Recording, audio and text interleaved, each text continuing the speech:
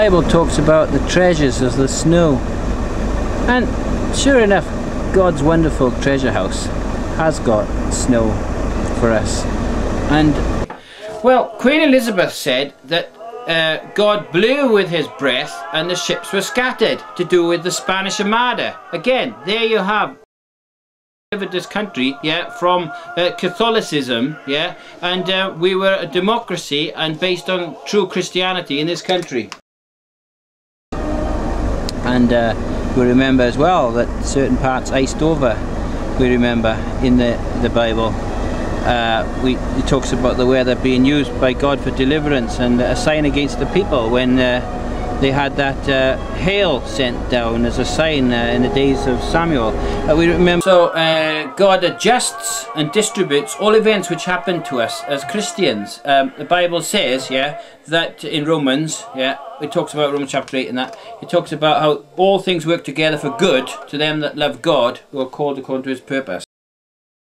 And it helped to save the people from attack from North Korea. So, you know, God sends us the weather, and he sends the rain on the just and the unjust. Ready?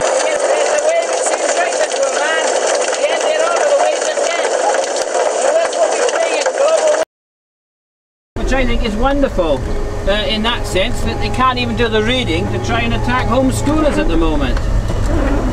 We're just going to have to get past this lorry here a minute, just driving over there. So, there you have it. It's the treasures of the snow. Wonderful. There you go. So,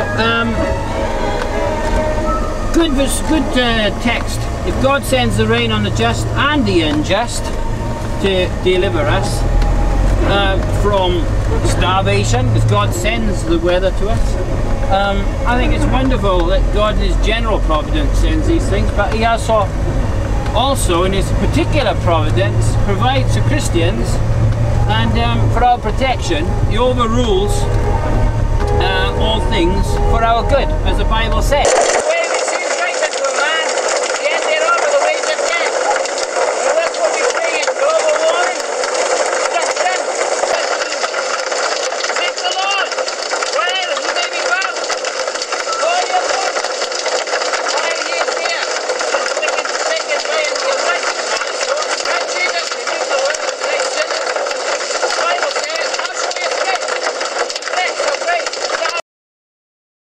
We're the apple of God's eye.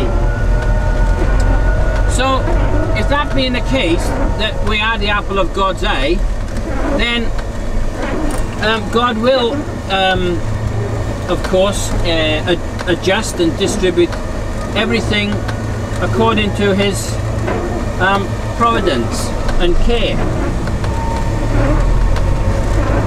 So, it's the wonderful thing about God is that not only does he send the sunshine and the rain to give us food in the fields, he can use the weather for his own purposes.